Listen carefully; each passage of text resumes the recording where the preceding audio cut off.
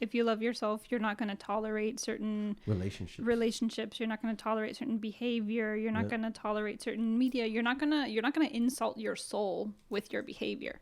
And so this is kind of like the mass problem that we have in society today. Is like people do not love themselves enough. So what do? They give their power away. They give their power away, but they don't know they're giving their power away to everything and everyone. Yeah. And so recently, I had a friend who told me, because like I've lost touch with her, and something about like that we don't connect, not because of our difference of ideologies, because we stand on different sides of the spectrum, so to speak. But she told me that I made her feel small. Really? And that was kind of like, the people pleaser in me was like, oh my God, I'm so sorry. Yeah. Like, I would never intend to do that. And then as I was kind of reflecting on this a little bit more, it's like, you can't really, other people can't really make you feel anything. Self-esteem. That's what it's called, self-esteem. Yeah. Other people can't really hurt your feelings. Other people can't, like, yes, you can be physically assaulted, and that's going to hurt, but emotionally and mentally, like, what is the filter that you're receiving this information through? So I really had to kind of like sit with that. And, she's one of my oldest friends, so I did, internalize it in certain ways. But that was just a further confirmation that it is a lack of self-love that anyone interprets anybody else's intention is negative towards them.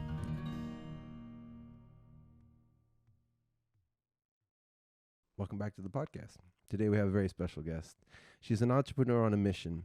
From owner and operator of California Vegan Food Company to now creator and life coach at Empower Your Path. Her aim is to guide, educate, empower, and equip conscious individuals with the tools and support so that they may become the best version of themselves. The best way and surest way to any long-term sustainable change is through lifestyle, she believes. Any lifestyle change requires a deeply rooted commitment to one's own personal development and dedication to that evolutionary process. Otherwise, all efforts are wasted. She is here to walk beside her clients and offer the tools so that they come to understand and embody that they are their own best healer, teacher, coach, and supporter. Please welcome back to the podcast, Rosa Guerrero Contreras. Yay. By the way, if you want to check out her previous episode, you can check it out. It's gonna be either here or here somewhere, but yeah, you can check it out. Anyways, welcome back. Thank you. Yeah, it's good to have you. It's been a while, right? It has. About what, like a year? It's been a little over a year, I think. Okay, awesome. So when you were previously here, you were obviously, you still are founder of California Vegan Food Company, but now you're on a different business adventure. Yes. That is Empower Your Path. By the way, before we get started, Jessica, how's it going? I'm good. How are you? Good to see you. We're back. I love the shirt, by the way. Thank you. She's got some stuff. All right. Anyway, just want to say hi. Right. So yeah, tell us a little bit about what's going on in your life, some changes, and empower your path. Yeah, so we'll kind of start from the end of when I decided to take a pause with California Vegan. Essentially, I was owning and operating a small food business where we created plant-based meat alternatives in 2 flavors, beef and chicken, and we were offering a hot Mexican, not infusion, but taqueria style menu at a farmer's market. The tortas. And so, oh my gosh. Yeah, we were famous for our tortas. I miss those tortas. I know everybody's, letting us know that they miss the tortas and the breakfast burritos. You gotta at least have it like you said, like on Yelp or something, a couple times a week, just for the tortas. Right, I know. I wish it was that simple, but I can talk a little bit about what were the components, right? Because I'm definitely very ambitious and wanted to do a whole lot of things.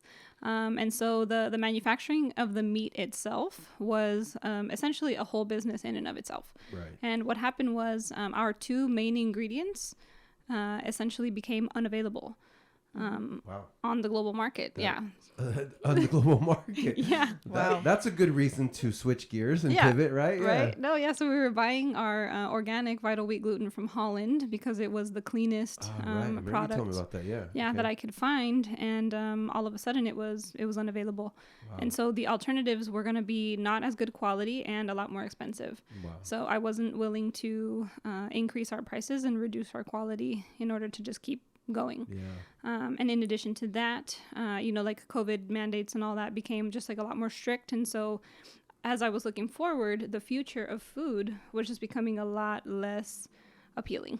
Really? To kind of like stay in this game and, like hustle and continue to work in the kitchen, because all of the while, for the most part with California Vegan, I was working a job at the same time. Okay. And so in November of last year, I decided to quit my job and really just like go off on my own. And so I've been an independent human being since November, which has been really exciting, scary. Yep. Yeah, I know exactly what you're going through. Yeah. No, it's been absolutely crazy. So once all of these different factors, the product not being available, and also the trajectory of our farmers market, which I love our farmers market, like kudos to everybody who is involved with that space, but also they weren't doing like the marketing and advertising work that was necessary in order for them to continue to be sustainably growing. Right. And so you can depend on your vendors to continue to market themselves and have their own audience and this and that, but I'm not looking to just like.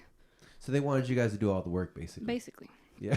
Yeah. They said, we'll provide the spot, you guys do all the work. And so, I was on them, for months and months and months. And I had someone doing my social media. So I was trying to get her, to help them do their social media. But they weren't even in the realm of thinking of like, I'm going to create a space. We're going to create a position for someone. So essentially they didn't want to pay for the work to happen. So, no shade on the Farmers Market Association.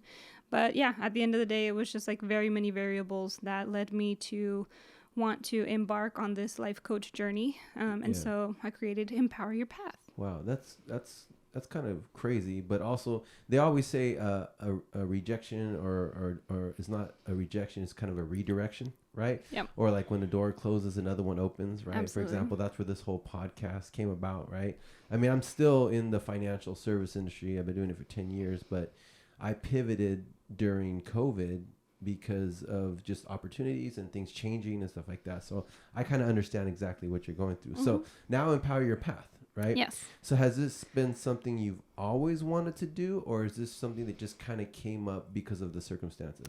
I mean, it's something that I never really knew. I had heard about coaching. I had heard about life coaches, but I had never known, what it was all about. Right. And so June of 2020, I got a coach for me.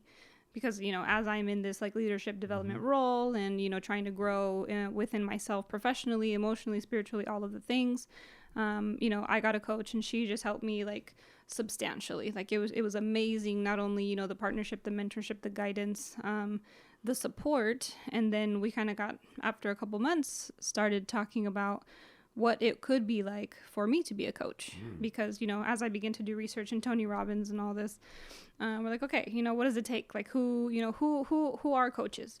So I download this PDF about like, here's the 5 like characteristics of being a coach. And I was like, okay, well, I have all of them. Yeah, you kind of like checked all the boxes, right? Yeah, I checked all the boxes and then I got my mind going. So I started thinking about how can I do this? How can I be a coach? Because I also, just like, I'm not the best capitalist in the world. So for California Vegan, I wasn't so excited to go raise money and go, do the horse and pony show for investors and all that. Like you're the CFO. Yeah. Like I kind of want to be self-made, to the extent that this is my dream would be to make my own money so that I can invest so I can have more to bring to the table when it comes to California Vegan, instead of just being, just like struggling entrepreneur.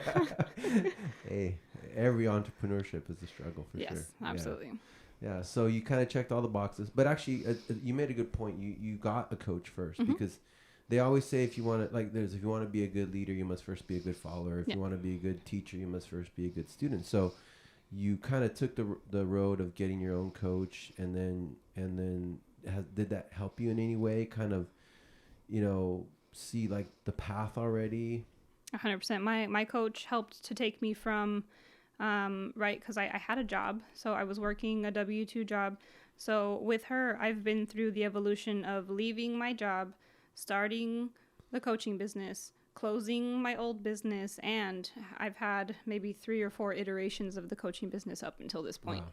So as a mentor, that's powerful. By the way, in any business, if you have a mentor, someone who's already done it, is already successful, like it just makes it a lot easier. You know, I'm sure when you were building and creating California Vegan Food, did you have a mentor then, or were you just kind of figuring it all out on your own? I did. I had many mentors. I had many people who were kind of there to, like salt and pepper me along the way.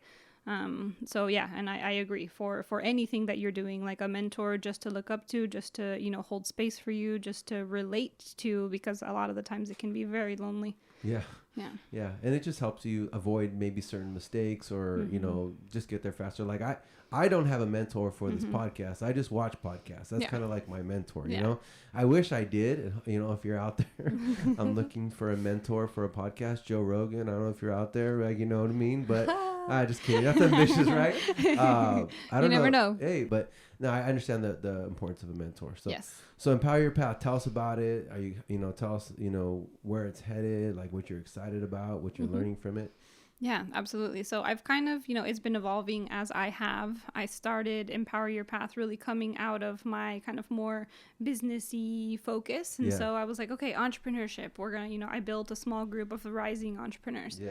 And that was good for a while, but I also saw kind of like the need for, it's hard for me to compartmentalize all of these parts of our beings. Like humans have so many aspects, and it's really, it's catchy or it's popular to isolate them and to say, oh, we're only going to talk about entrepreneurship. We're only going to talk about making money and how to do it and all of those like soft and hard skills. Right. Or we're only going to talk about, self-care, and we're only going to talk about mental health. And of course, there's the other side of the spectrum where we talk about spirituality and we talk about like all this metaphysical stuff. And for me, what it ended up being is that like I can't separate them because they all are a part of our being to some extent, and everybody is going to come to that conversation at a different level with a different experience. So what I've created now, well, it has evolved now because I am 5 months pregnant. And so congratulations, by the way. Thank you so much. I'm super excited. And so I dove in to educating myself on all things pregnancy, understanding the industry of birthing. And it's a whole other space of corruption and of extreme negativity, of separation from nature, of removing rights from a human being. And so after like understanding all of these things about the industry of birth, I was like, wow, I was like, this is amazing. So now I've really pivoted into focusing on my YouTube channel, Intuitive Mama. Okay. Our YouTube playlist, Intuitive Mama. We'll leave the links in the description below, so you want to check out our channel, look below. Yes. And so really talking about how do we empower women, and it's not just women, it's anybody who, cares about birth in general, right. But of course, women who want to have babies, they are the ones who should be in the driver's seat of their health. Yeah.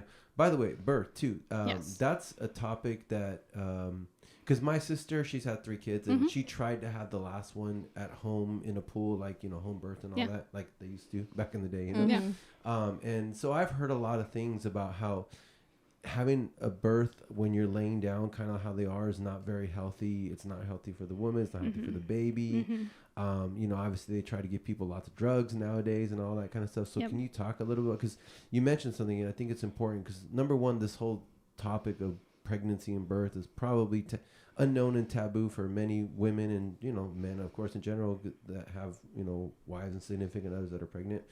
And I know that, the big medical industry has kind of taken over and created health into, well, I don't know what to say health, because they're not even about health anymore, but our lives, our sick care into like a business, right? So talk about that, like talk about what you're learning, what you're sharing with other people. What is the proper, healthiest way to have a birth, in a pregnancy, stuff like that? Absolutely. So this is the thing that I have just recently become so just entrenched in. I'm already on my 2nd book, learning about home births, learning about orgasmic birth, which we'll talk about in a little bit. But essentially, better than painful, right? Way better than painful. Oh my God. And that's the premise. The premise or the myth is that birth has to be painful, birth has to be excruciating, birth has to be scary, and birth has to be done in a hospital. Right. It does not. Wow. And actually, in the hospital, the reason why it is so, convoluted, and for all the reasons that you talked about, yes, having birth on your back is actually doesn't make any sense, because for a woman's pelvis for your legs to be open, your pelvis is closed. Wow. So you actually want your legs to be closed, your knees to be closer together so that your pelvis is open. So then your canal is open. Wow. So it's incredible to me. And just that little fact, right? We don't need to talk about the drugs. We don't need to talk about anything else. Just the mere fact of that they don't know how your pelvis is open or closed. that means that they're benefiting. The whole set up for giving birth is in benefit of the doctor. Of course. Not in benefit of the woman. Yeah. So they claim that it's for the child. This is for, the health and the safety of the child. But the health and the safety of the child is intrinsically connected with the health and the safety of the mother. Exactly. So, boom, that blows my mind. And so real quick, first and foremost, your knees are supposed to be closed, not open. And that makes sense because you're like this. Yeah. So I cannot have a birth, and this is going to be kind of weird, but we actually are not supposed to poop the way we do, right? We're supposed to crouch. Yes. We're not supposed to be up on a chair because of the way your anatomy is when you're whatever, but I don't want to make this a poop conversation, right? But very, very same concept. It's the same thing, right? Yeah. So, I bought the little stool, the little step Squatty thing. potty. Yeah, squatty potty, right? Yeah, I have one too. So anyways, right, we're not sponsored by Squatty Potty, but maybe we'll take all the sponsorships. It's all good. But it just goes to human anatomy, how we're supposed to, do certain things, right? Uh-huh. Okay, so the first thing you talk about, having a baby on your back is not healthy for the mom or for the baby because it makes sense, the canal is closed. All right, so keep 100%. Yeah. And then the other piece that we need to remember, like you said, the industry of medicine is a business. Right. All of our systems still operate under capitalism. So there's this rosy veil over medicine that they have our best interest in mind, that they care about us, that it's safe, that it's technologically advanced.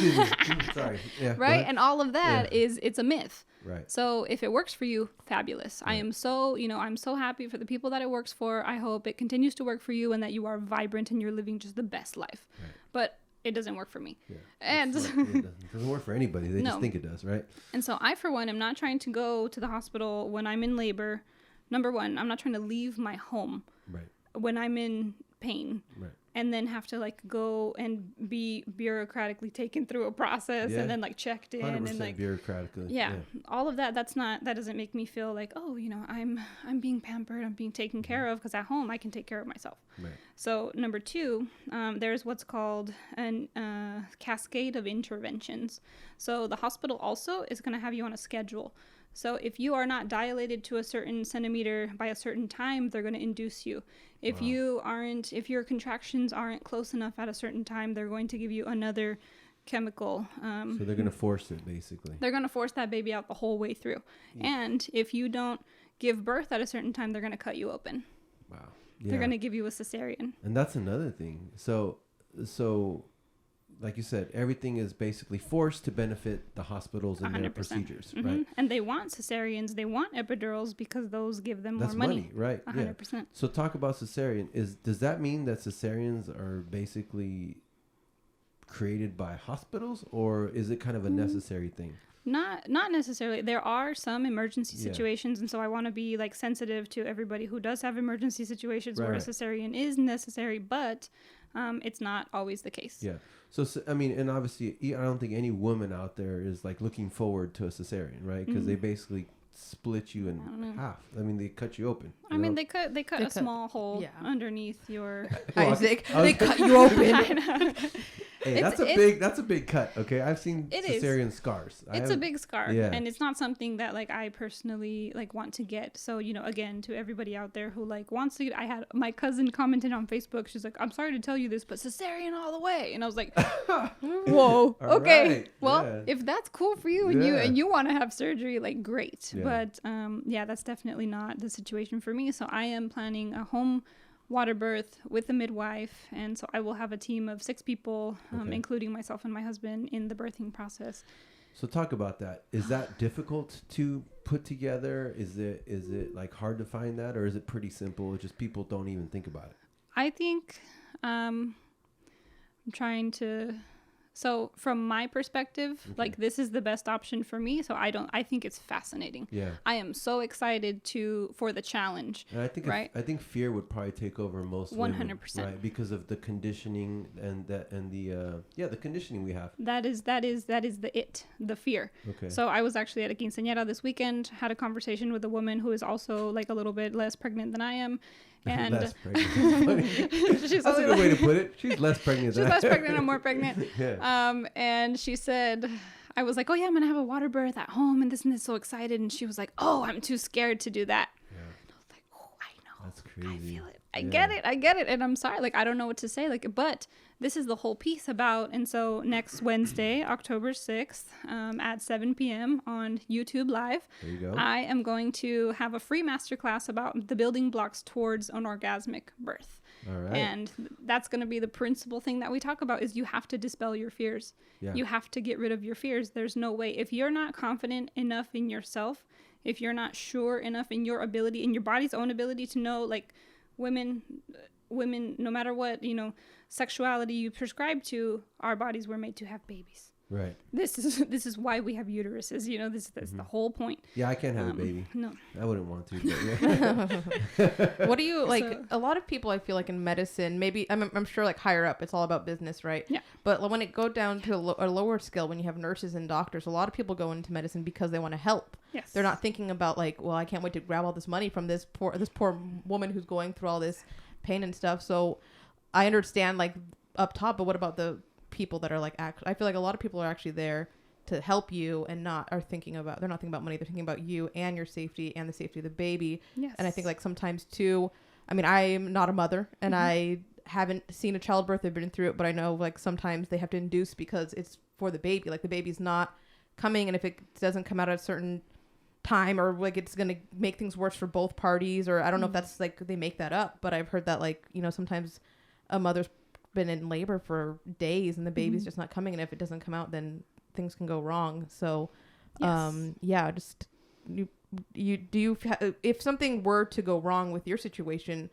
are you going to go to the hospital potentially, if that, because there is potentially the worst case scenario that you have to be aware of. Obviously you hope that's not the case, right? You hope it's a wonderful easy birth, but yeah, so would you go to the hospital if something were to like not go 100% correct in which way you're planning? Yeah, no, I love that you bring this up, because on the one hand, you're absolutely right. The nurses and everybody more so on the ground in the like patient care level, they're not looking at the $33,000 that it costs, for the cesarean. They're not trying to make that happen at all. To some degree, right, they have been indoctrinated with their education, so they don't know the full scope of what is possible.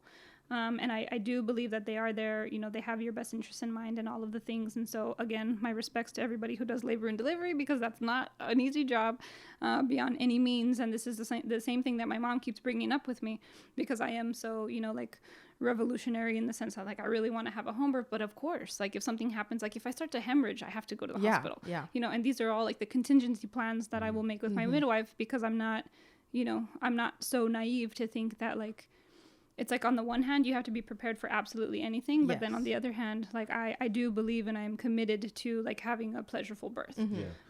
So I think Western medicine has its place. And like you said, and to your point, Jess, I don't think you go into medicine if you don't like to help people. No. Yeah. Especially nurses. I mean, doctors, they kind of have it easy. They have the cush job. The nurses do all the work, but you don't go and be a nurse or anything like that, because it's hard work. I mean, you're there for hours. You're dealing with people that are sick and all that kind of stuff.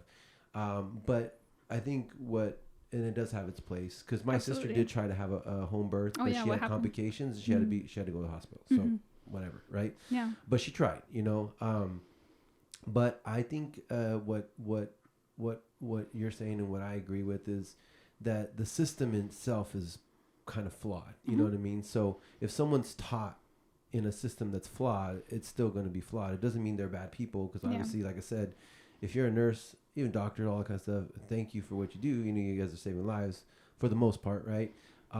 Actually, for the most part, doctors are just prescribing medicine. Well, yeah, right? And the third like top reason for death is medical error. Yeah. So I mean, I have a story of a really good friend of mine whose daughter is now handicapped because it was medical error, right? But anyways, that's for another podcast. But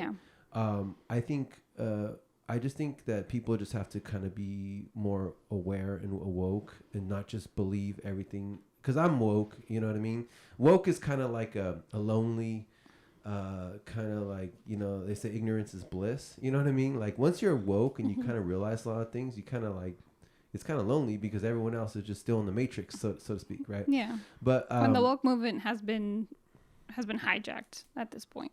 Yeah. So it's like, you know, you're conscious, right? And we're as conscious as we can possibly be. Yeah. And so I feel like this is the part where I don't denounce or, you know, feel that medical professionals like don't have a place. Of course, they absolutely do. Like, if I break my leg, I'm not going to pour herbs on it. Yeah. You know what I mean? Thank you for what you do. But also I feel that like we as individuals, like we have to take care of ourselves every day. Like we are the ones who are feeding ourselves and bathing ourselves. Like we should be in the driver's seat, and we should be able to lean on our medical team. We should be able to use them as resources, not as these God, you know, figures in white coats and just believe whatever they say. Yeah, 100%.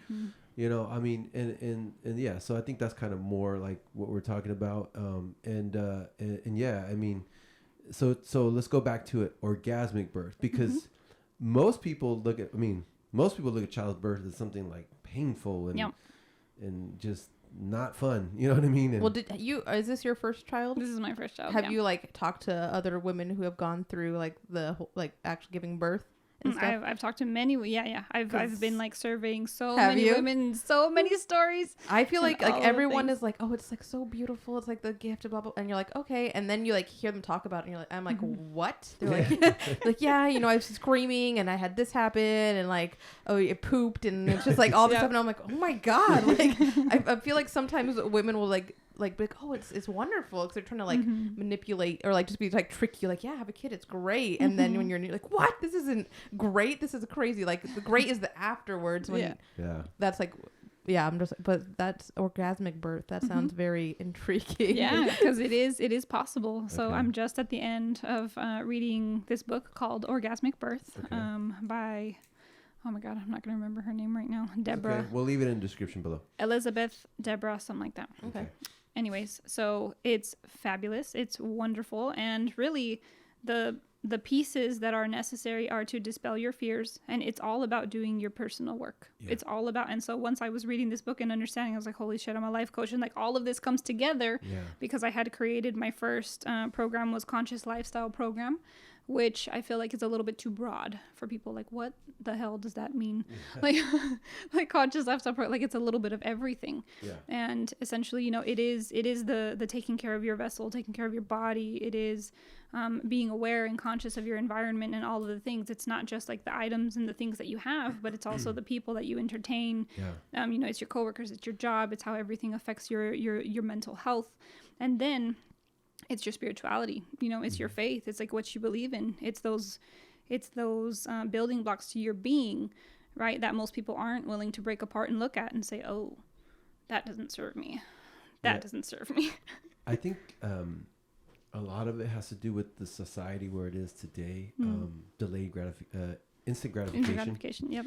Instant gratification. Nobody wants to work for anything. They just want to take a pill, you know. And then I was watching the Joe Rogan, Patrick Bet-David podcast, and he asked him a question about why are people not so successful nowadays? And Joe Rogan had a very actually, if you haven't seen it, just go watch the beginning. We had a very good response. He says, I don't think it's harder for people to succeed today. I think the excuses are just easier nowadays. Like people make like, oh, because I don't have this or I don't have that. Or the distractions are greater. Distractions too. Yeah, 100%. Yeah. You know what I mean? So like you said, this whole 360 degree view, like it's a very interesting way to put it, because I never heard of it that way. And I'm sure life coaches think that way. But like, yeah, if you just fix one part of you and everything else is going to hell, like it ain't going to work, you know? And just like, one important thing, because I'm plant-based, I'm vegan and all that kind of stuff, right? But that's not going to make me healthy if mentally I'm all messed up. You know what I mean? If I'm like depressed or if I'm negative or if whatever, I'm still going to be unhealthy, because that's the other part. And then you have to work out, you know, because that's the physical and the fitness and all that kind of stuff. And then you have to have good people around you, because that's the associations. And so, yeah, so talk about more about that, because that's very interesting. And I've heard, I haven't heard it put that way in essence, but is that what you're trying to do? You're trying to basically do like a 360 degree holistic approach to healing people or helping people, or and really helping people to build like their own foundations, right? Or to have access to certain tools, to certain resources, and what it is a lot is just like mental processes. And so becoming aware of these things, like if if someone is unconscious that they are a sucker for, what did you say? Instant gratification. Yes.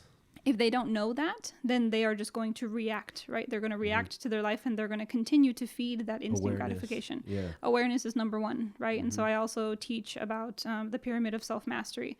And awareness is number one, but awareness is extremely dynamic. There's so many things to be aware about in this universe. And so as we all have the King Tut syndrome, like my dad said, or Queen Tut syndrome.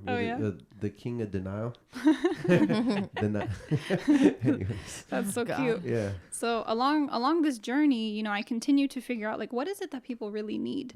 Because initially, like, it was like entrepreneurship, and then it was going to be like vegan nutrition, and I was like, no, vegan nutrition, like, yeah, like I'm personally vegan, but I'm also not growing out of veganism, because I'm not called to eat animals, but I feel like it's so much more than just not eating animals, you know, because it's being conscious about everything that you consume. Well, veganism is a lifestyle. Plant-based diet is a diet. So a lot of people confuse. I shouldn't even say that I'm vegan, because I still have like some leather products or whatever. I mean, I am against any harm to animals. I can't even watch like the videos, like if even any little rabbit, like I was watching this thing on, it's on my Instagram.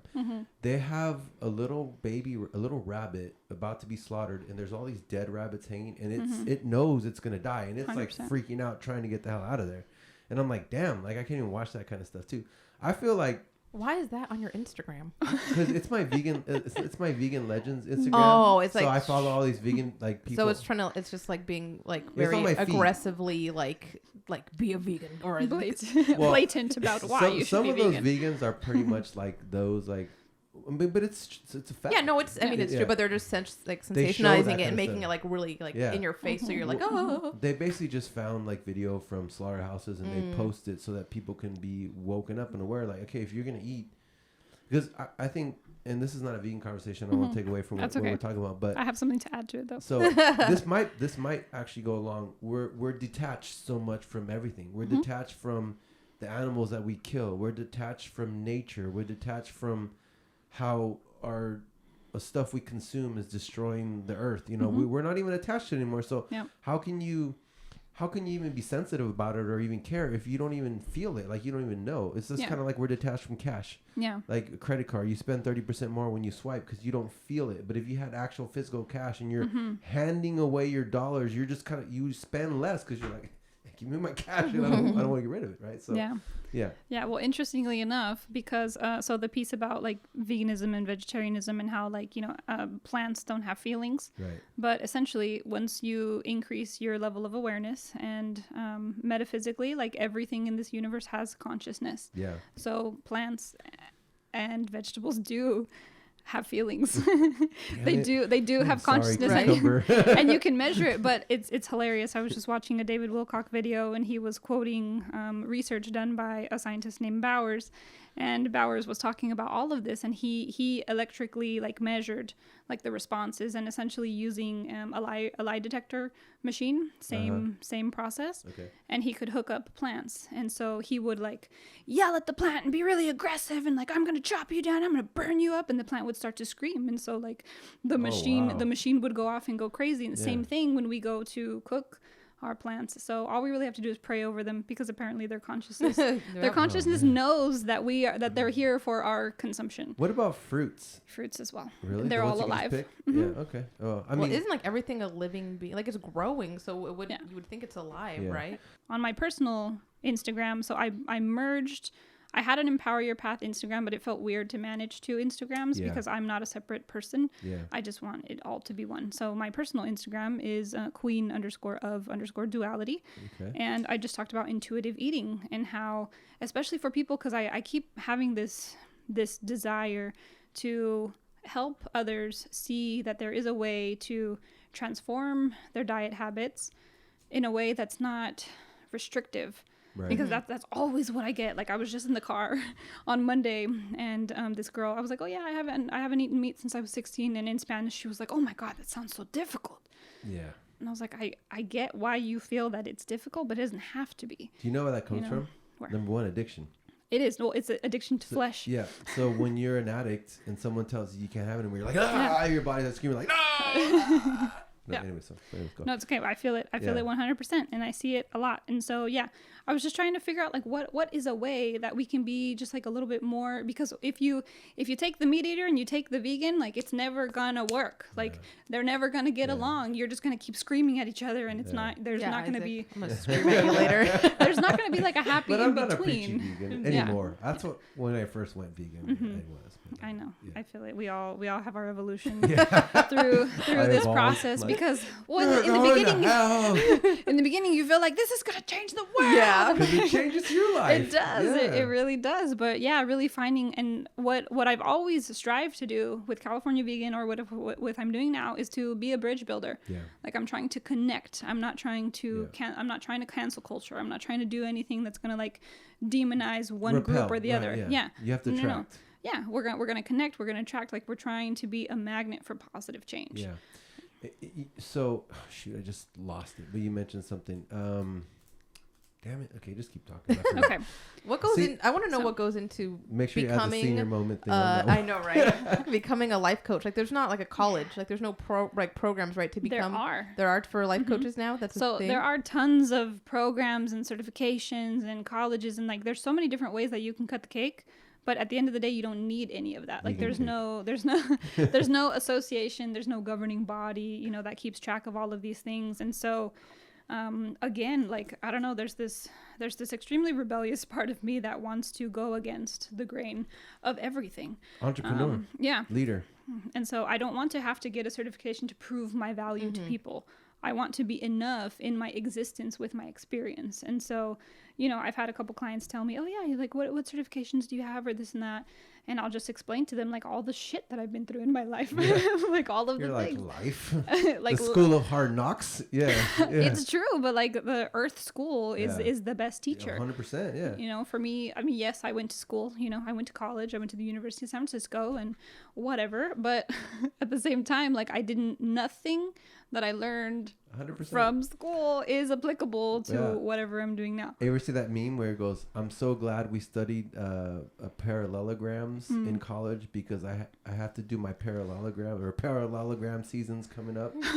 I'm so glad. Wait, I just killed it. I'm so glad we learned about parallelograms instead of how to do your taxes, because parallelogram season is coming up. You know what I mean? It's true, but that's a whole other thing. Right? Yeah.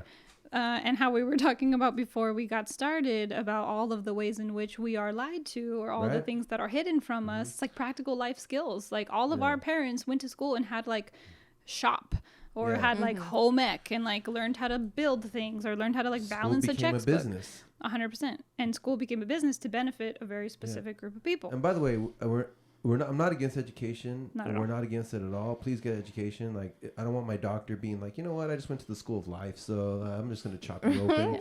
If you have a specific career that takes like an education, but like business and, stuff like that, I mean, school's not the answer to everything, but please get an education, especially if you're in a specialized skill like engineering or stuff like that. Or like a lawyer or all that. Like that needs school. That needs extreme structure and, very diligent, but like life coaching. Yeah. No. Like it is life. That needs life, 100%. That needs the school of hard knocks. Yes. You know what I mean? So, like they say, like most teachers and professors, and again, we're not dissing professors and teachers because you guys do a great job, but if you've never ran a business, how can you teach somebody how to run a business? Mm-hmm. You know what I mean? If you've never actually applied that stuff in your life. And actually, a lot of the universities are switching to bring in like mentors and teachers that have ran businesses. So Pepperdine has a program where they bring in people from the industry to teach about whatever subject, like is marketing. They own a marketing company and they come and they teach students like that. But most of the time, you're being taught by somebody who just went to school, never actually did it, and they're just teaching you something from a book, which you can learn, but it's not like the school of hard knocks, like life. That's right. I don't know if that's true. At least for when I went to San Jose State, all my professors in the journalism department were journalists, and they did journalism. They went out, and one professor was from Afghanistan. She went out into the field. She was a reporter, and cool. then they came back and then they taught. So I don't think all teachers are just like, I'm going to go to school and I read my book and now I'm going to teach you about it. No, it's some people actually go out. They have their careers. They learn. They have the experiences, and they come back because they want to share those experiences and like nurture the new like incoming students and everything. 100%. And I think San Jose State is actually a really good school, because when she was in school, tell her just real quick about what you guys had to do. When we took a study abroad trip to Greece and Italy and got to meet refugees that were fleeing from like Syria and Afghanistan and Iraq. So it was really awesome experience. But yeah. Tell her about the mountain of... Oh, the mountain of life jackets. Yeah, there's just like fields and fields of life jackets from refugees that were like on the boats, because they overpacked the boats and they would like capsize. But some of them, like we were hoping that the life jackets were a sign that people made it across and safely, but you never know. So yeah, it was really intense. But all my professors were either in some sort of media. They were either like broadcast, or they were like paper, like newspaper or whatever, or written. What's the word for it? I forget. It's like it's kind of dying out now. When I was at school, it's kind of dying out. But You're yeah, like, who reads newspapers anymore? Right. But most of them had hamster's cage now. had experience. So I think, I don't know like what the percentages of professors are just like they have no experience, but at least from my experience at San Jose State, they did have experience in the field that they were teaching. Well, that's good. And I also went to college back in 2003, which was 18 years ago. So yeah, old man. Yeah, things might have changed in the last 2 decades, right? So if they have colleges, good job. Right? Anyway, let's get back to you, right? Yeah. So, of course, but I do agree that in general, like we should have a elevated standard of education, and I believe, I forget what the documentary is called, but there is a documentary that looks at like Greenland, New Zealand, and like a couple of other countries where like the education system, you know, they're interviewing a teacher, and she was like, there are no bad schools. Like, they're all just good schools, because like, why would you have to have this like capitalistic race about like, oh, I believe in competition in schools, and some schools have to be better than others? Like, they're all our kids. Like, why do we have to treat them differently? Anyways, but kind of like capitalism is definitely a unique system, and I mean, I'm all for capitalism, but you know, it could cause issues in certain social services. Yeah, I don't think it needs to be applied to all industry. Yeah, you know, like some industry you like need capitalism for it to flourish, right? But yeah, like healthcare, social services, education, like And by the way, I mean, don't get me wrong, I love the United States. I was born and raised here. We're still the greatest country in the world. However, it exposes you. Capitalism exposes people. It exposes who works, who doesn't. Who you know, who thinks big, exposes the bloodsuckers. I mean, it does. It's an exposure system. It exposes the worst of the worst, the best of the best. That's what it is. It's the true Wild West free market. But anyways, we're getting off topic. Going back to you. That's okay. Well, I mean, segue out of that, I just like realized that I'm not a good capitalist in this system. So I'm trying to figure out what works for me, because I'm not at that moment, like when I paused California Vegan, I wasn't interested in playing the game. I wasn't interested. Yes, I want to use food as a positive way to transform. Have you ever thought of selling your idea to somebody who is a capitalist? I have, and so if anybody wants the idea and wants to... because you built something that was pretty successful. Yeah, you know it was, and it has potential. And so, I mean, the idea that I have is that when I have my own capital, like I'm gonna do it the way that I want to do it. And so I was. So you're just pivoting, and then you want to return back to it. Okay. Well, essentially, I want to create. I just miss the tortas. I want to create a new age sort of empire. I don't want to call it an empire, because that doesn't feel good to me. I'm not trying to be, you know, the queen of the castle. But not all empires are bad. Exactly. So. But they all fail. This is true. So I don't want it to be an empire. Gotta change the word. Yes, I do have to change the word, which I'm still the Roman Empire. I'm still working on. The Mongol Empire. And I do feel that like coaching is an important piece of feeding, you know, that type of like ecosystem, soulful ecosystem, whatever we want to call it. And so as I'm along this journey trying to figure out like, what is it like? So is it diets, you know, is it opening people up to a vegan lifestyle? Maybe not totally, because not everybody's there. Yeah. Oh, by the way, I just remember what I was going to say earlier. What were you going to say? So what I realize is that people don't want to go vegan because they feel they're going to miss out. Yes. And the minute I teach people that they don't have to miss out, it's just a matter of substituting certain things for plant-based ones, and the food tastes the same. Jessica's face.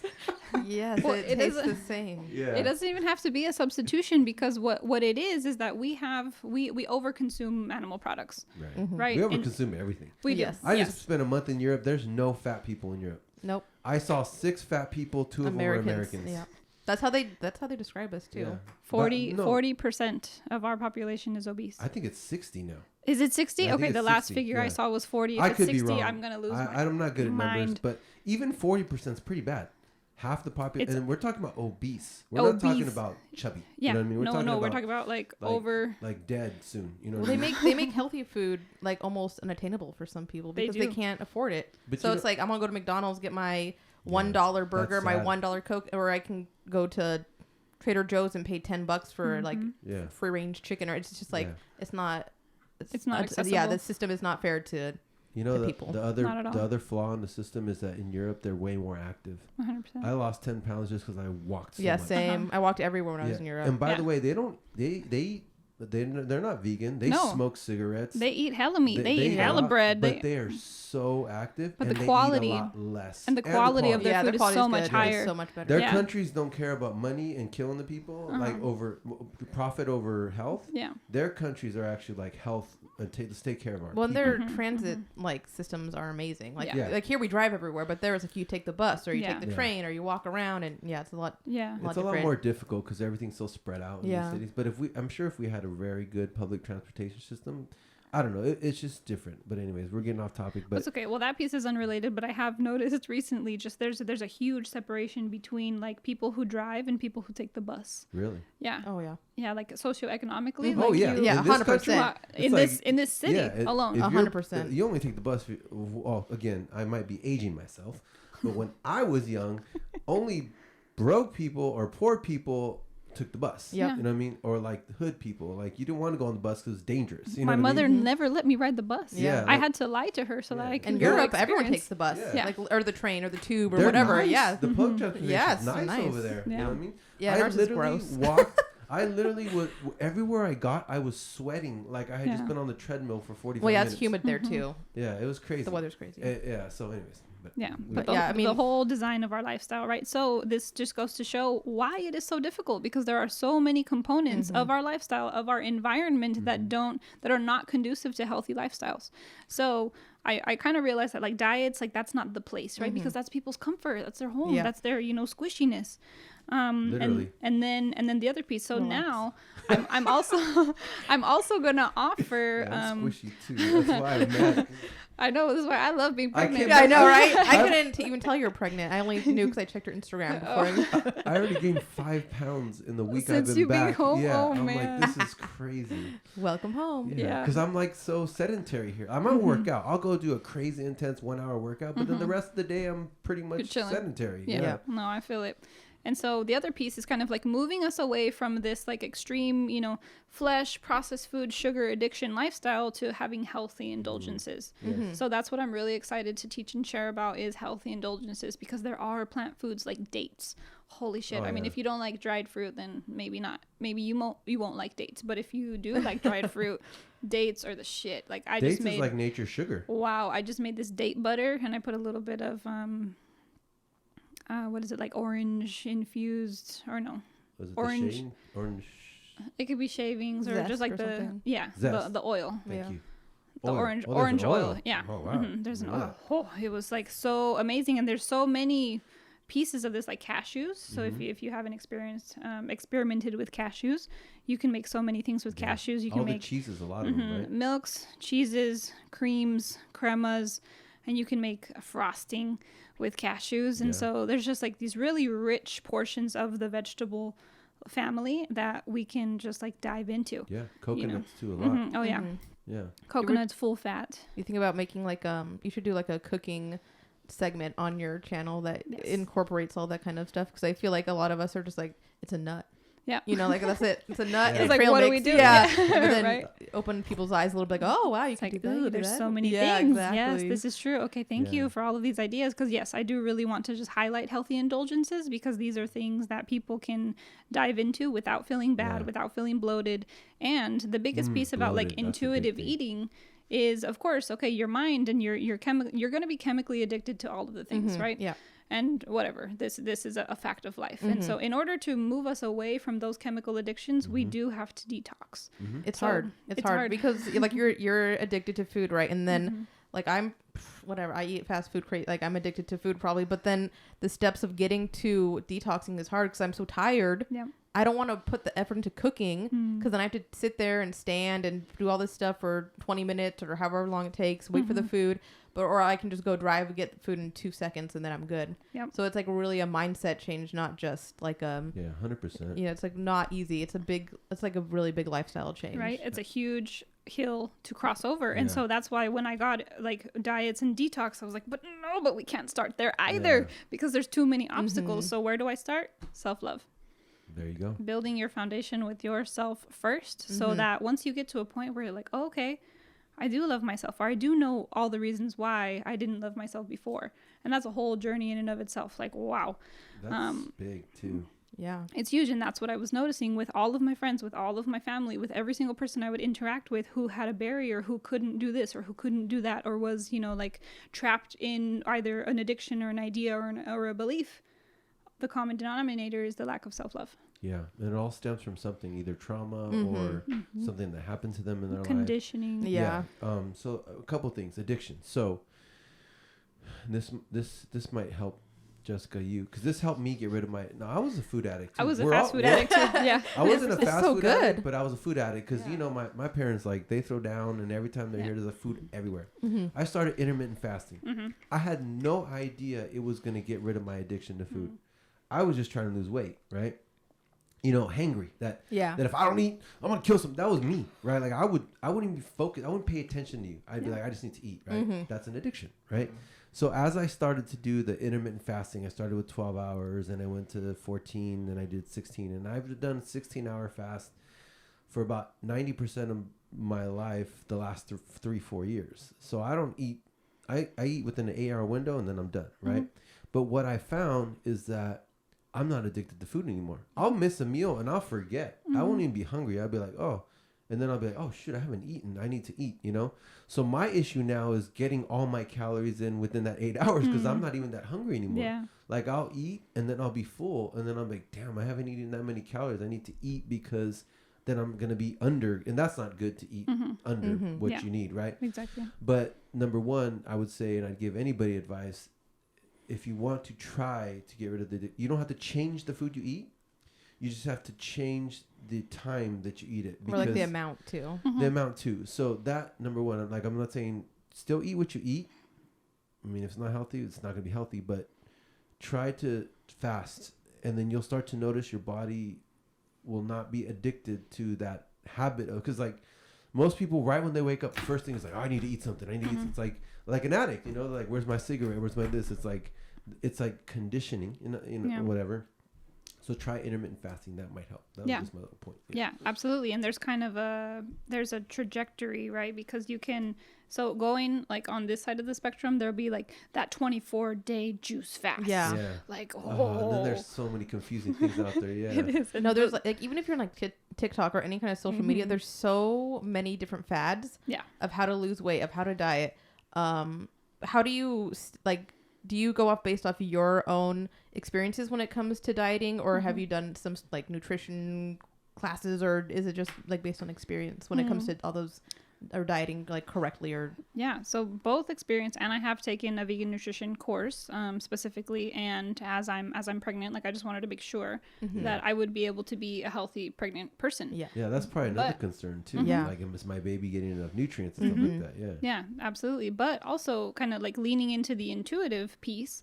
Like what we do is we focus too much on that fad or following like this formula is going to work for me. Yeah.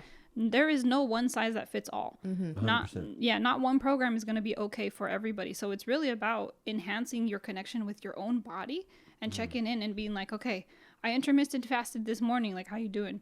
Are you tired? How are we feeling? You know what? That's a great point, by the way. Because if you're thin and you have a high metabolism, intermittent fasting might not be the best thing for you. No, you need to eat more. You need to eat more. So thank you for clearing that up. That's what works for me. But I'm one of the people that gains weight very easily. Yes. So if you're kind of like me, you get fat real fast, maybe try intermittent fasting. Yeah. If you're like high metabolism and you eat everything in sight and you don't gain no weight, don't do intermittent fasting. Yeah. Try something else. Yeah, and or at least consult someone, a doctor or something. Exactly. And I resonate a lot with both of you because I used to be a fast food addict. Like, Big Macs were my thing. My freaking thing. By the way, I don't love fast food, but McDonald's breakfast was my thing. Like so the sausage McMuffin with, I used to get 2 of them and stack them. Oh my gosh. But anyways, whatever. Yeah. So I'll tell you my Big Mac story, which I may have said on my last podcast, but we'll say it again. It's fine. Because Big Macs were such a thing for me that once it got to the point where, you know, I watched a documentary on the meat industry, I didn't want to contribute to all of the mass farming because I do feel like there is a place for grass-fed, free-range animals, especially in a society where they're not going to stop eating meat. Like, it's not going to happen. Anyways, so Big Macs, right? Used to eat a Big Mac, I don't know, so often, was so addicted to fast food and so many other things. But what I had to do for myself when I knew that I didn't want to contribute to that system anymore, but I also knew that I wasn't the type of person who could just cold turkey it. It wasn't going to be possible. So I gave myself a little program of the first year, I gave myself 4 Big Macs. So every quarter I got a Big Mac. Yeah. So I would, you know, I would willpower it up and I would do my best and I would fail sometimes. And I would before, I used to have a waitressing job. And so after waitressing, I would like go to McDonald's and, you know, like scarf down my Big Mac and like be in the car, like, oh, you know, being just that play. Yeah, exactly. And then after you feel like shit. Yep. Give me more, like get home in the morning. I'm like, oh my God. Okay. Yep. Are you noticing? Are you realizing what's happening? But every quarter I would get that like prize Big Mac and it was amazing. And so every quarter I wanted it less and less. And then the next year I had 3 and next year I had 2 and then the next year I had 1. And so over the course of 4 years, I removed this Big Mac addiction. Nice. And now, surprisingly enough, I have never been like called to have a Big Mac, but I have been called to Arby's. Interesting. Double beef and cheddar. Oh, wow. Interesting. I don't know why that is. It's like, what? That's just the universe testing you. They're like, right? I have a Big Mac story, by the way. Oh, yeah? You guys want to hear it? Yeah, I want to hear your Big Mac story. So this is... It's about her, not you. It's about my dad, though. This is why my dad learned how to cook. Okay. So when my dad came to the United States, he could not speak English. He could not cook, and he was living with his brothers. So guess where he had to eat all the time? McDonald's. So my dad only knew how to say Big Mac and fries. Aw. So he would go up, Big Mac and fries.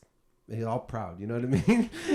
After a month of eating Big Macs and fries, my dad was like, I do not want another Big Mac. Yeah. Teach me how to say something else. So his brother's like, okay, say quarter pounder with cheese. He's like, quarter pounder with cheese.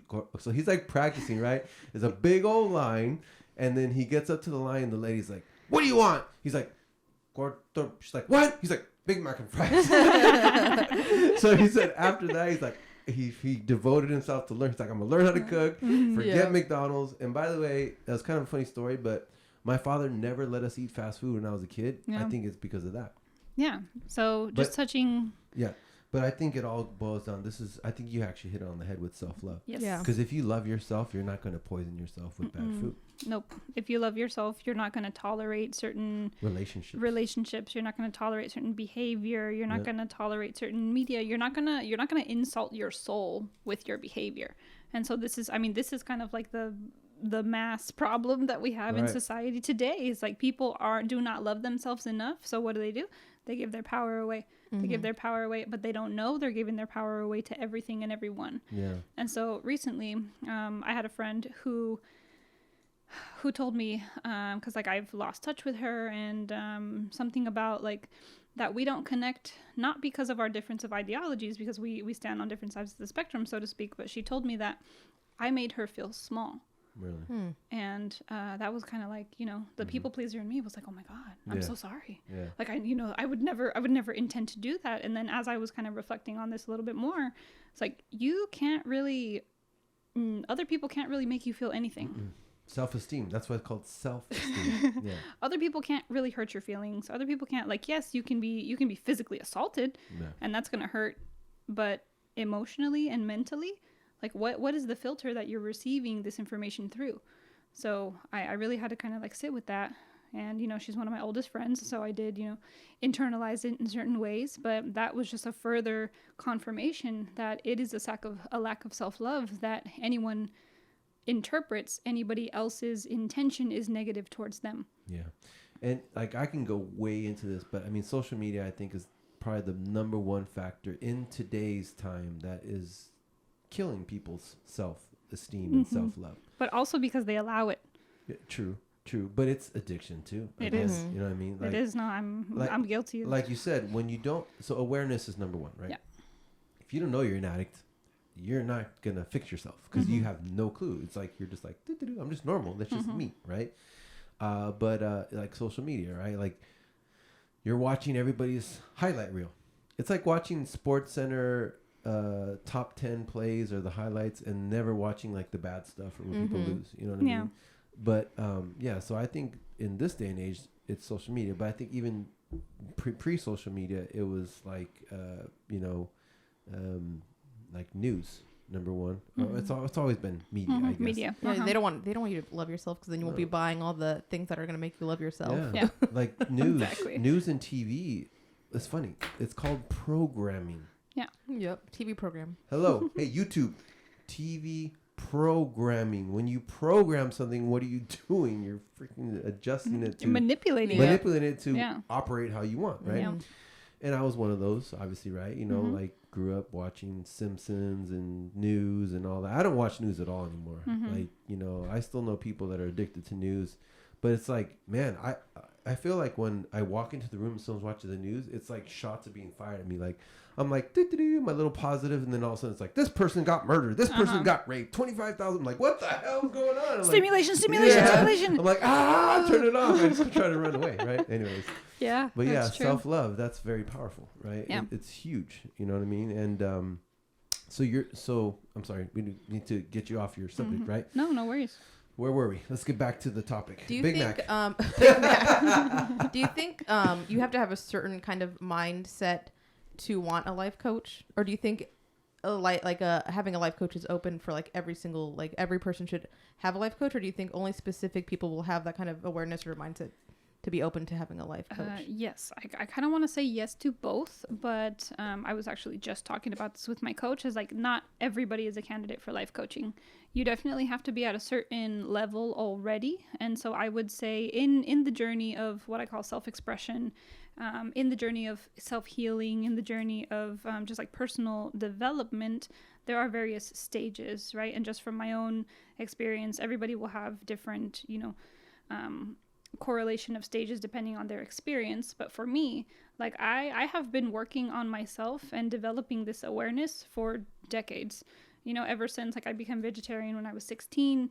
And so I had already, and when I was 13, I had my first like mini awakening, I would say, because I awoke to society and to understanding like what's going on and what are the issues and poverty and overpopulation and like all these different subjects that came to my awareness when I was 13. So that kind of like got the ball rolling.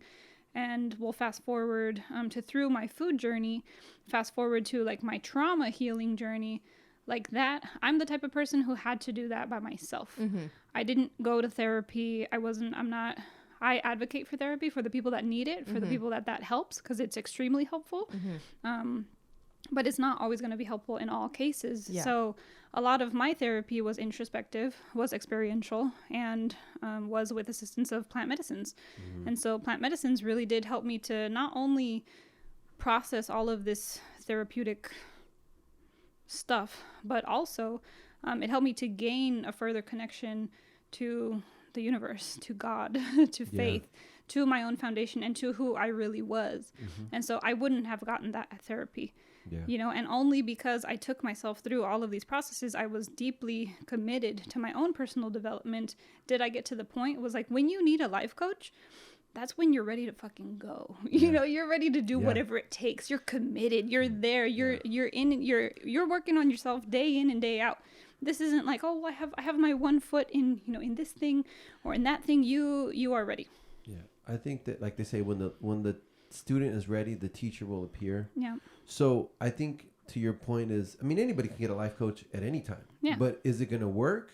That's if you're ready for it to work. Yes. You know what I mean? I think that's kind of what you're what is a life coach for people like if someone like I don't know what a life coach is, like what do you do for your clients or for people that come to you? What is like the main That's a good question. like thing that you're helping with, or what do you help them with? So my purpose, like my singular purpose, is to be solely dedicated on that person's personal or professional development based on whatever their goals are. Okay. So I'm not here to bring in my agenda. I'm not here to apply a certain like process, or, you know, I have several processes and several things that, you know, resources and things and tools that can help, but I'm not selling a product. You know, so I'm here to like customize an experience for my clients that is going to be catered to whatever their goals are. So if their goal is to focus on their self-love, to create and cultivate more self-love, then that's what we're going to talk about. We're going to talk about all the ways in which they're not loving themselves and all the ways in which they are loving themselves and how much they're willing to do in order to love themselves more. Yeah. So it's kind of like therapy. It is. It can be very therapeutic. Yes. I think it's more like a systematic approach to bettering your life by somebody who usually is doing it already. Like if you have a life coach, you should probably get somebody who is kind of where you want to be. You know what I mean?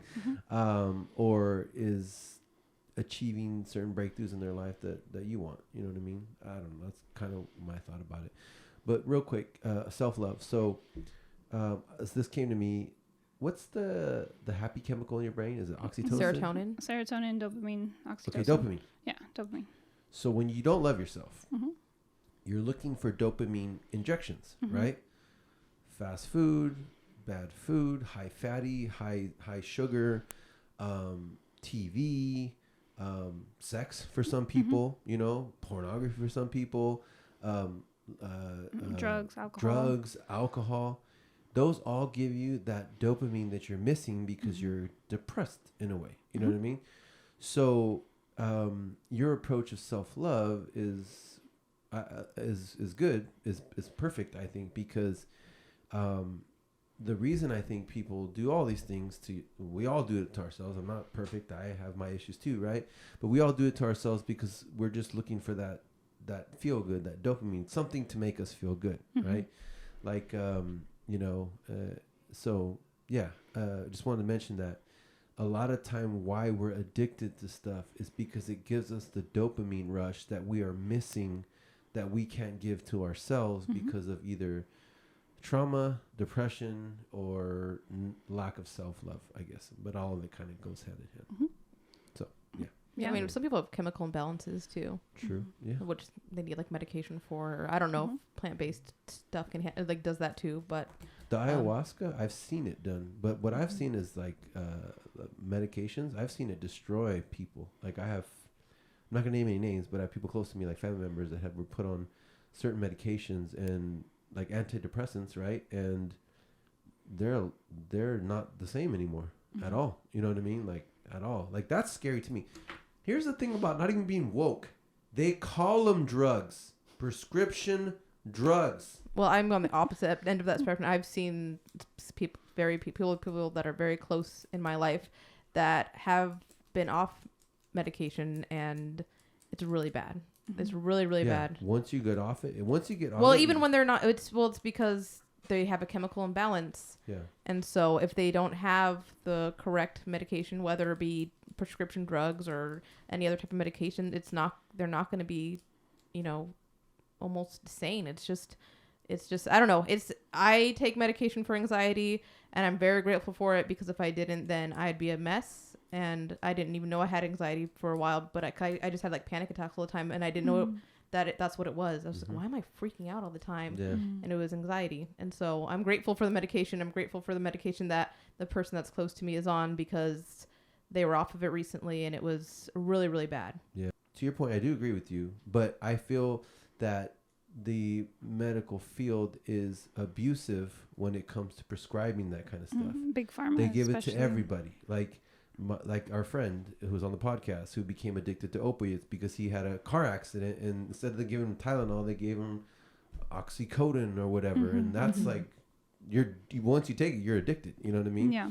And they just kind of like recklessly prescribe this kind of stuff that you probably don't even need. Like maybe some CBD oil you would need, but they're like, here, take oxycodone, and now you're addicted. You know what I mean? Yeah. So yeah, I do. You do have a good point there. You know what I mean? There is chemical imbalances. There is stuff that happens. But you know, I would always say that maybe try, if you can, the natural route before, if it's possible. Maybe it's not, because I've seen what ayahuasca can do, and it's one of the most misunderstood. Like even weed, like cannabis, is the most demonized and misunderstood plant in the world. You know what I mean? Yeah, that's by design. Yeah, it is by design. We did a whole podcast about that, right? But yeah, let's talk about this, since we're talking about plant medicine, right? And I know you're very passionate about that, right? I am. I've done it once, and my ego won. Your ego won. Yes, Oh, that's good. That's good of you to be able to admit that. When you get to know your ego, it's pretty crazy. And my ego is sneaky, and it's conniving, and it's cunning. My ego wow. I feel like that doesn't surprise me. Whatever. Right. And I just want to say first that like plant medicine is not for everybody, right? And like pharmaceuticals are not for everybody. Yeah. But I do feel like they exist, right, in our same reality for a reason. Right. You know, and it's not because there is no one size fits all. 100%. So yes, great point, Jess. So anyways, my ego won. I should try plant-based medicine. I'm like the one that's like, you guys are like, just try. I feel like I'm like in a conspiracy theory, like little group. I'm like, what's going on? It's just like, am I joining a cult? The woke people are awake. That's the conditioning fighting. The conditioning. I love this contrast. It's so good. The conditioning. This is why I'm the queen of duality. But yeah, so my ego won at the end. So I'll just tell you a quick story, and then we'll get right into that conversation. So I did the ayahuasca. My ego was pretty much fighting me the whole entire way. I didn't even want to release to it. Finally, it kind of let go a little bit. And then I got to the point. I mean, it was like, you guys ever play Fortnite? Yeah. Okay, so it's like all these shapes and colors and like different realms and times, and that's what I was. I went back to my caveman days, and I went to this, and finally I got to like a womb. I was inside of a womb, and it was warm. And then the shamans, the chants, all of a sudden that song came in, and it was like this bright light, and it was like, I felt like, oh, like I was in the mother's womb, right? And then my ego came in at the very end, because during ayahuasca you're supposed to purge, and I don't want to freak you out, right? But purging means you barf or you poop, right? Or you pee. So that's why you're not supposed to cry, or you yell. That's why you're not supposed to eat for like 2 days before you go. Otherwise you're going to pretty much shit yourself, right? Or puke everywhere. So my ego said, or the medicine said, if you want to make the breakthrough, you must purge right now. And the only purge I felt was here, right? But my ego said, no, mother effer, you ain't going to shit yourself. Get up and go to the bathroom, right? So I got up, I walked to the bathroom, and I tried, but nothing came out because there was nothing inside of me. But by then I didn't make the breakthrough. Like I was right at the 99-yard line, and I fumbled, right? Oh, wow. And because my ego's like, you're not going to poop yourself. You're wearing all white. Everyone's going to look at you. You know what I mean? And then I realized when I was sitting in the porta potty, I was like, nothing came out. All I had to do was go through the motion, trust the medicine, and I would have made that breakthrough, that whatever breakthrough I would have had, right?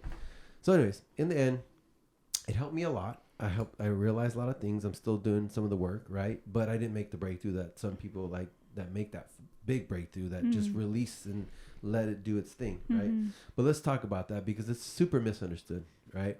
Obviously, Jessica right now is going like, what is that, right? It's demonized. They call it a drug. It's a plant. I don't think anything that it comes from the earth naturally is a drug. I think... And it's not inherently bad either. It wasn't created with the intention of, capitalizing, or, it's humans that create, like, when we say drugs are bad, or alcohol's bad, or guns are bad, it's like those inanimate objects are not bad. It's the person that yields the sword, so to speak. Yeah, by the way, the polio vaccine actually helped, and it was given away for free because the guy that created it didn't want any profit off of it. Oh, wow. So that's the kind of medicine I trust. Yeah. Not the kind that goes, here you go, you can take it, it's going to cost a lot of money, not going to cure anything, and then cause 18 other side effects, right? Now we have those commercials are like, You won't have allergies, but you'll be bleeding out of your anus. You might die, and your spleen's gonna explode. Yeah. You know what I mean? It's like, what the hell? I think that also they have to do that so they don't get sued, because people like to, make like you guys said, they don't want to work for their money. Yeah. So they can be like, oh, I took this and now I'm feeling gross, so I'm gonna sue you. I understand. But yeah. But I would rather have allergies than have my bleeding through my anus and. Oh no, I'm saying like that's like very, very, very, very, very, very unlikely to happen. But they have to say it, because that one person that it could potentially happen to will sue them for 100%. Millions of dollars, even though they have that money. In this litigious society. Yeah. I get what you're saying. So, anyways, the ayahuasca, the plant medicine, it comes from Mother Nature. It's just a leaf. And a root is a root, or yeah, it's a leaf and a root and a vine, and there's usually like a combination, and there's many different types of ayahuascas. Yeah. It's not just one, so depending on like the region and everything, there's like different recipes. And by the way, ayahuasca is not the actual main ingredient; it's the other one, right? What's it called? That makes the ayahuasca is not the DMT. The ayahuasca is what prolongs it for. Anyways, we'll have to get more information. Yeah, because. Ayahuasca, it shouldn't be called ayahuasca, because ayahuasca is not the actual plant that makes you have the DMT explosion or whatever. But anyway, so it's a plant. They cook it, they make it. It's just herbs. It's based like herbs, like very strong herbs. Yeah, right? It's like a thick herb tea. Yeah, thick herb tea, and it's supposed to connect you to your consciousness and kill your ego, something like that. Well, those, there are possibilities. Yeah, right. So, anyways, it's a medicine. It's been around for thousands of years. Like you said, it wasn't something that was created for a profit, right? And, I had the experience. I learned a lot about myself, and I've seen it help people. So what is because you, like you said, your life coaching also has to deal with spirituality, and if they're open to it, is it plant medicine as well? That's in the catalog. Okay. That's on the docket. So if people are open to plant medicine and they're interested in having that experience, if it really calls to them, because I've had some people that are like, no, I have some people who are like, no, I'm afraid, I'm like, I'm never going to do that. I feel like I'm going to die and all this. Like, well, obviously if you harbor that type of fear, then don't do it. Yeah. Like, it's okay. But some people are like, yeah, like I saw this video about it, this documentary about it, then I heard my friend talk about it, and I'm like so ready. Like, well, then, it's very easy at this point to connect you to the right environment. And it's so interesting because within this like community of, plant medicine practitioners, and you wouldn't necessarily call them shamans. There's not that many shamans on earth, but there's a lot of neo shamans, that people who are like rising to the occasion. There's so many different groups, and every different group is going to be tailored to a certain need. It's not just a one size fits all again. Wait. That's where we met, right? That's where we met, yes. How funny. You're right about that. You were playing in the dirt. Yes. Yes. Okay, I remember now. Oh, sorry. My God. I just had an epiphany. Senior moment. Yeah. Yeah. And plant medicine in and of itself is a journey, right? Like I wouldn't recommend that like the first thing you do is ayahuasca if you've never smoked weed before. Yeah. Like you really want to develop a connection. And also, if you're not connected to Mother Earth, then I don't know, maybe you're not going to go, like all the way to the end. Yeah. So to speak. So you won't want to poop yourself at the end. No, you really won't. Yeah. And so it depends. Like everybody's coming from a different place. Yeah. I do feel like to some extent, like if you want a major transformation, like if someone's like, I'm ready to just totally like uproot my whole entire self and break myself open, then go for it. Yeah. Do it. But most people are not so inclined to change. Yeah. Change is scary. Yes. Yeah. They say most people would rather die than change. Yeah. That's how scary it is. I'm more afraid of death, so I'm good. I'll change. Okay. I like that. Yeah. So yeah, I mean, I know people who, when they do the plant medicine, they literally leave their body and they become the spirit. And, it's crazy. Like, so they say that when your ego dies, you feel like you're dying. Like you literally feel like you're dying, but you're not dying. You just feel like it, right? Because your ego, your attachment to the body, the earth or whatever. I mean, you can even look at religion. And it kind of explains kind of like the similar thing, right? We have a body, we have a spirit, we have a soul, right? You know what I mean? So anyways, I've known people that have done it and literally popped out of their body and they're like, I didn't even care about my name. I didn't care about my family. I didn't care about where I lived because none of it mattered. I was just like my spirit. I was just like this happy spirit, like wee, like. So you do incorporate plant medicine for people who are open to plant medicine. Mm-hmm, absolutely, because I can help later on with integration, right, of that process. Yeah, so, because you've actually done it. So you've practiced it what you preach. Yes. 100%. Can you talk a little bit about your plant medicine journey and how it's actually helped you? Yeah. I'll give an overview. So plant medicine was integral in my like trauma healing. Okay. And it was also integral in like trauma that I didn't know I had. Right. Healing. Which is probably the worst.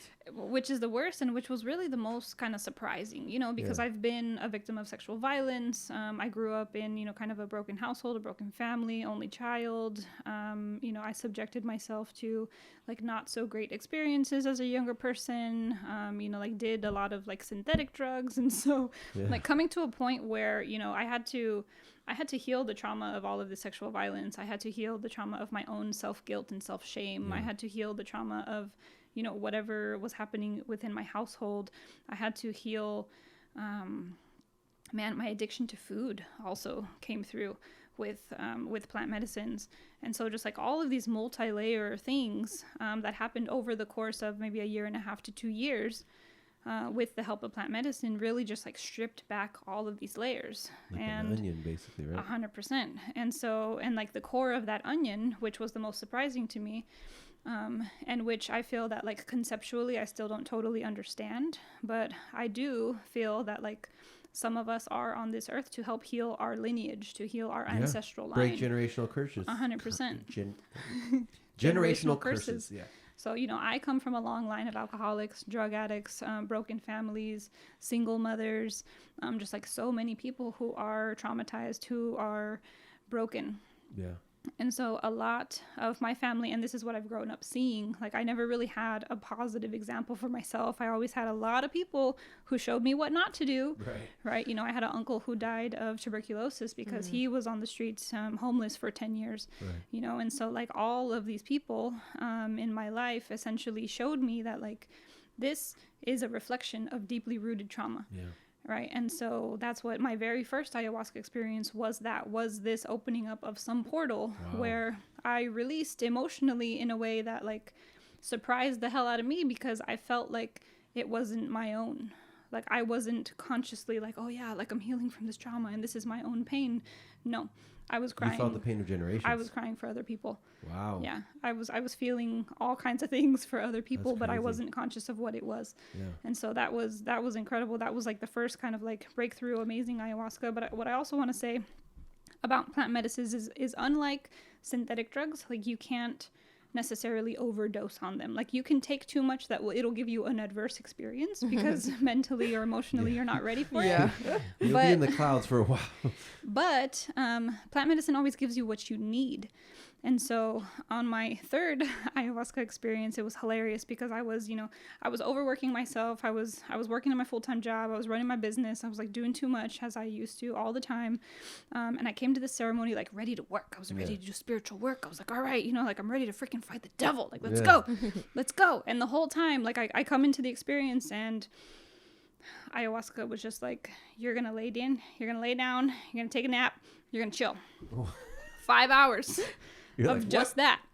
My ego was like, oh, what the fuck? Like, I was so upset. I was so upset that I didn't get to, like, do cool things. But in patience. I needed a nap. Wow. I needed to relax. Dang. I needed to be calm. Like, you need to chill. Yep. Wow. And that's what happened. Wow. When you say plant-based medicine, what is that? So I think what we're talking about specifically is like psychedelics. Okay. We're talking about mushrooms. We're talking specifically about ayahuasca right now because that's most intimately our experience. Yeah. So ayahuasca is just extended. Oh, and I meant like when you first started, what was your, like, how did you start? What was the first like plant-based medicine that was helpful for you? And like, did it go up from like weed to shrooms or like how does that? Yeah. So it was definitely like cannabis, shrooms, right, and like only very little shrooms at that point, and then fast forward many years to ayahuasca, and then ayahuasca, and now I've done several other ones. So how many times have you done plant medicine? Ayahuasca now? I want to say 8. Okay. So that last time that I saw you was the last time you did it? No. That was like number 4. Oh. Was your friend the one that did 8? One of you guys told me you were on your 8th. Yes, I did. She was on number 8 at that time. Okay. Do you think you're addicted to doing it in the sense of you want to be more spiritual, and that it, like, since it brings you that, it's like kind of like you just want to keep doing it because you keep learning or growing from it? I definitely feel like at some point there was, because especially when you're in this like self-healing trajectory, like you just want to you want to heal yourself, you just want to go all the way, you want to do it. And it's funny, I just came across this concept, and it was true for me at one time.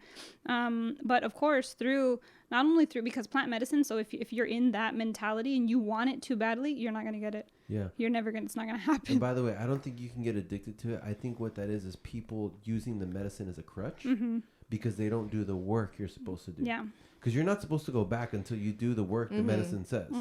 But that's like people going like, oh, I just keep, because like when they're on it, you're like, wee, like for like 3 days after, you're just on cloud 9. Like you're just everything's peace. You're like, woo, the one funny thing about the ayahuasca experience is I don't want to wear black anymore. It's weird. Like, I don't like wearing black. If I do, I have to be like with white, everything else. I don't know what it is, but I just stopped wearing black. And that used to be my favorite color.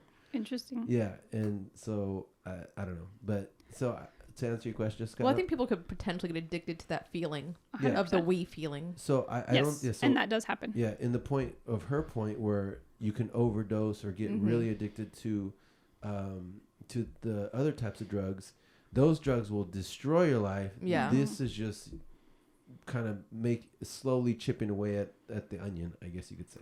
Yeah. And I just want to add to that, like, I was catching myself like in this very aware, self-observant space where I was catching myself in this mode of like wanting to work too quickly and do things too hard. Yeah. Because I'm not gonna say like a hardcore person, but me and my husband have a joke because like I often like scratch myself or nick myself or like, so like I live hard, Yeah. Or I used to. We're not in that anymore. You took your nap. Yes. Yeah. Took my nap. I nap a lot now. I've actually went from like, super, super overworked person to like very, very chill, relaxed, flowy, calm person. But yes, so in that space of self-observance, I realized that, that wasn't sustainable and I wasn't going to get to where I wanted to be any faster if I was going to do that. Actually, it was going to slow down my process. And so, interestingly enough, like right before I got pregnant, I had my last ayahuasca ceremony. And, my spiritual ego was really like, I want to do all the things and I want to go in multidimensional and like want to do all this crazy stuff. And so, I asked ayahuasca, like, are these things ever going to happen for me? And she was like, yeah, you just have to experience. You just have to live your life. You just have to make yourself happy. I think that's kind of like the whole paradigm shift of like working your W-2 9-to-5 job is you're killing yourself for somebody else's ideals and you're not feeding yourself. You're not nourishing yourself. You're not giving yourself the self-love that you need. And we change that paradigm. So once you're living like in your dharma, you're living in your purpose, it's really about creating joy within your being, about being happy, about living a pleasureful life, about walking outside, feeling the wind and going, oh, just like loving the wind, loving the sun, just like loving all of the things that are naturally present and abundant in our lives. I can't say that I have money in the bank account right now, but I am rich. I am rich in experience. I am rich in my spiritual, emotional, and mental existence. Super happy for all of those things. So I can't complain about like all of these changes that I've made, and really grateful for all of the experiences that I've had. It's just a transition too. Yeah, exactly. Because once this gets going, then everything happens. And by the way, I love how you put that, because I mean the whole purpose of our podcast is to inspire people to find their true purpose and follow their bliss, as we say. Yes.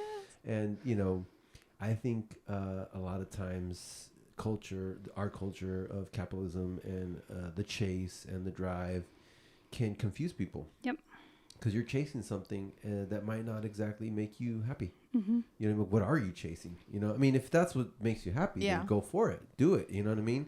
And there is people in this world that were built for that kind of thing. But if it's not making you happy and you're just chasing something because that's what your parents told you you're supposed to do, or your family or your friends or society, or you think that's what you're supposed to do because you're a woman or a man or whatever you are, right?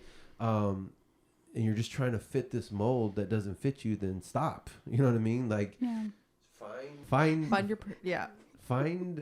happiness, find what you're meant here to do, and your life will be a lot better. Yeah. And if you can't, there's like, because that is ideal. Like, that's the ideal situation. Find what you love to do and succeed. Yes. But a lot of the times, the way that, the system is the things that you are passionate about, you're not going to make money, which is what everyone's, striving for, so you can survive. So it's like very easy to say that, but then it's just like trying to find the way to do it where you can do what you love, but also survive. Yeah. Right. And I'm not saying quit your job and go try to become a singer and your family is homeless. But people have a lot of time. They just waste time. Yeah. Because you can go work your job and then you have 4 hours, have dinner with your family, and then you have 4 hours to work on your side hustle. If it's truly what you want. What happens is people say they want something, but they don't want to do what it takes to get it. And I'm not saying you're tired. Yeah. But see, if it's your purpose, you will find the energy. That's what I mean. Like, when you find your purpose, like, the energy is just there. Like, so for example, when I was young, I wanted to work in pro sports. That was my dream. You know what I mean? At a job, 8 hours, I was exhausted. I hated it. I didn't want to do nothing. But at my unpaid internship with an indoor football team, I was working 80, 90 hours a week. And people were like, "You're crazy. What's wrong with you?" I'm like, "This is fun. I love this." I wasn't making nothing. And I was working like 90 hours a week. Finally, I started getting paid. Then I got hired full time. But guess what? It didn't matter because I had all the energy because I loved it. You know what I mean? When I was pursuing the Raiders internship, all that kind of stuff. You know what I mean? So I guess my point to that is the reason you probably don't have energy is because you're not living your purpose. Like, and you're not inspired. You're not inspired. You hate what you're doing, and that will drain you. You know what I mean? And it's not easy. I'm not saying we never said it was easy. We never said it was going to be a cakewalk and rainbows and butterflies and unicorns. It's going to be difficult. You're going to have to go through some stuff, but if you do that, you will hopefully eventually get there. You know what I mean? Yeah. And I want to highlight a piece too that has become very aware, because we're in, like, I'm in the spiritual journey, like, I'm finding my passion, all this, and it sounds very woo woo. Yeah. But at the end of the day, like, it has to be practical. Like, you have to break it down into, there has to be a way that it connects into the system, because we still are of the system. It took a decade of imposter syndrome, of hard work, not even seeing my family. Like, my family stopped inviting me to family events. Yeah. Which was fine. I'm okay with it. They're going to be there they're all still going to be there every single weekend, right? But I put in I don't want to call it sacrifice. I put in the investment to be able to get to where I'm a little bit free, and I'm not done or whatever. I still have a lot I want to do. I want to build this. I'm still involved in the business, all that kind of stuff, right? But I had to do that for a decade to get to where I'm at. So to your point, yeah, you might have to spend 10 years at a job you don't like, or building a business, or struggling or whatever, to eventually get to where you want to go. Yeah. And I think that's really the pinnacle of differentiating, the ones who will do what it takes between the ones who won't, right? Is getting to that point of discomfort. And so I have just experienced a couple months of the most uncomfortable financial situation of my life, right? Like, and it sucks when you've been making a lot of money and then you go to the opposite, right? It's a whole lifestyle change. Dude, my last job was so cush. It was, the most money I ever made, like benefits, like really beautiful team, really just like awesome cause, because I was working for like a really amazing nonprofit. And I finally got to a place I had to like satisfy my ego, and I was a relationship manager, and so I was fundraising and doing all this stuff. And I got to the point where I felt that I had to prove to myself that I could do these things, so that it was for me. And then my spirit was like, it's not for you. This is not where we want to stay. And so I was like, wow, okay. All right. Well, this is like job number 13 in my career. And so, I've gone through so many jobs. I've been through so many positions. I've worked with so many different people to come to the point where it's just me and myself. You know, it's just me duking it out with my spirit every single day, and really getting down to the nitty gritty of like, what are you afraid of? Like, why do you feel not worthy of everything that you desire? Like, do you love yourself enough? Because, you know, you get to the point where it's like, yeah, I've done all this work. I've done all this plant medicine. I've had all these experiences. I love myself. And then an experience comes and life shows you, pah! Yeah. No, you don't. You sure about that? Yeah. You got to love yourself a little bit more. So diving into all of those things. And I am convinced that getting to a point where you are fully embodying your self-worth, your self-love, being in a space of abundance and knowing that you are intrinsically abundant without having to have money, without having to attach to anything. Because yes, I definitely live a minimalist lifestyle now. Like, I don't, you know, I'm not a typical, you know, high maintenance girl that has to like go buy makeup all the time and go shopping and do all these things. Like, I could care less. I've had the same things for 10 years. I only went shopping because I needed maternity clothes. But in a sense, and another piece is I used to be very, very prideful about being able to like make my own money and support myself and have for myself. And I never asked for help. And so now the universe has been forcing me to lean on my network, to lean on my people, to ask if I need things, to ask for this, to ask for that. And that's been very uncomfortable because society tells you, like, you know, don't bite the hand that feeds, or, you know, all these other like metaphors that make you feel like shit if you need to depend on another person. And so even to the extent, like, if you really want to, like, you have to collect your eggs, so to speak. You have to do what it takes. You have to overcome your pride in order to really get to where you want to go. And sometimes it's not going to look the way you wanted it to look. And that has to be okay at a certain point, because the only thing that differentiates the people who make it and the people who don't make it is that the people who make it don't give up. Yep, 100%. No matter what. 1,000%. Most people give up in the beginning stages, and that's why they never achieve it. If you don't stop, eventually you'll figure it out. Eventually you'll be like, damn, I got 25 years of experience now. I'm actually pretty good at this thing. And then you become one of the best. Right? Yeah. So anyways, but yeah, that was a great point that you said right there. So, anything else you want to talk about that we haven't talked about? You know what we kind of skipped over that I was interested in? The orgasmic birth. Oh yeah. We didn't even talk about it. I'm like, what is that? So we went back to the premise of, right, there's a myth in the world that birth has to be painful, it has to be, you know, terrible, it has to be all of these things. And if we take away the scary words and we just look at what it is, okay, yes, it is physically like pushing a small being out of your vaginal canal. All right, so that's we got some technical aspects there, and there's things that go into that. So like your cervix has to be soft enough and open enough and all these things, and there are impediments that can get in the way of that. So, but it is possible actually to orgasm while you are giving birth. That is on the spectrum of possibilities. And so there's a formula that I am going to come out with soon after I do my live. And again, the live is your building blocks to orgasmic birth, which is going to be next Wednesday, October 6th at 7 p.m. Make sure you guys tune in. Live on YouTube. Super excited because there is like an actual equation, but it all starts with like the foundational pieces. Number 1 of self-love. Number 2 of really dispelling those fears, because fear is what creates the negative experience in birth 100%.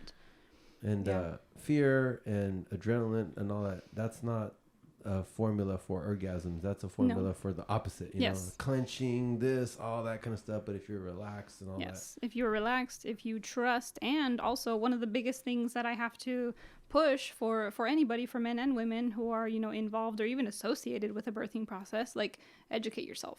Understand what's going on in the body, understand how this baby is developing, like get curious, because it's not, I know, I feel like, I think you started the conversation with like, this is something that people don't talk about, because this is kind of like occulted knowledge, you know. Birth, like we pack it away and we put it in a hospital and we lock it away in a room, right? But like birth, like, this is, we all came out of somebody's vagina, like, come on, like this is like one of the most normal things that happens in the world. So I am dedicated to like empowering women and educating on the fact that, number 1, we can be our own practitioners and lean on our team of medical professionals. Obviously, number 2, like, the healthier you are, because I have not had morning sickness at all. Wow. I have not had all of these, you know, so many women are like, oh my God, I was this, or I was that, or I was this. I've had the chillest pregnancy. You know, I'm going to make a video to overview my first trimester. Like, I am not the drama. Oh man. You say that now, and about your second trimester, you're like, I know, right? really sick. I know, right? That's what some people are saying. Or like, don't jinx yourself. You know, third trimester, like once you get really big and all the things get more difficult. But I'm just like so happy that I'm going to be pregnant in the wintertime. Yeah, true. Because it's going to be cold. Yes. And I'll be able to mama bear it up. Yeah. So I feel like, I mean, just like all of the personal development, all of the mental work that I've done, like all of the things that have brought me up until this point, I feel have had to contributed to just like a positive experience, you know, because once you're pregnant and once you're in this space, it brings up everything. So like if you are not aligned with your partner, you're going to have issues with your relationship. If you're not aligned with yourself, you're constantly going to be anxious and scared and worried and concerned. And like, it's going to bring everything up to the surface. So I truly feel like that is what a baby helps a woman to do, is to transform her or bring all of the shit to light that she needs to deal with. Anything else you want to talk about real quick before we wrap it up? I think the last thing is just like going off of that, the knowledge is power. Like the best way that we can contribute to our own self-love, our process, is to educate ourselves, is to empower ourselves, is to give ourselves the love that we seek, right, in others, and to try to serve as a good example. Yeah, 100%. Like I agree. Self-love, man, that is such a powerful thing because, to be honest, I think it's probably the biggest issue in, I'll just talk about America. I don't know other countries, but I'm sure all the countries are pretty much the same. I mean, the more you love something, the better you take care of it, obviously, right? You know what I mean? So love yourselves, you know what I mean? Imagine if everybody loved themselves. Yeah, that would be utopia. Crazy. Yeah. But yeah, well, thank you. Thank you. This was amazing. Yeah, I mean, this is our first podcast in a while, but we're glad to be back. You know, if you're new to the channel, thank you. Please subscribe. Hit that little subscribe button. Smash the like button. If you like this podcast, check out her previous podcast. We'll leave all the links in the description below. Again, Rosa, thank you so much. Jess, any last words? Are you going to try to have an orgasmic birth? Yes, I am. Okay. Right. We're going to see. I'm going to film it. Let's go. We'll put the link to that in 4 months. I have a funny... February 2020. Oh my gosh. I think that's the perfect place to end this year. Awesome. Thank you again. Thanks, Jess. By the way, thank you guys for tuning in. And as always, follow your bliss.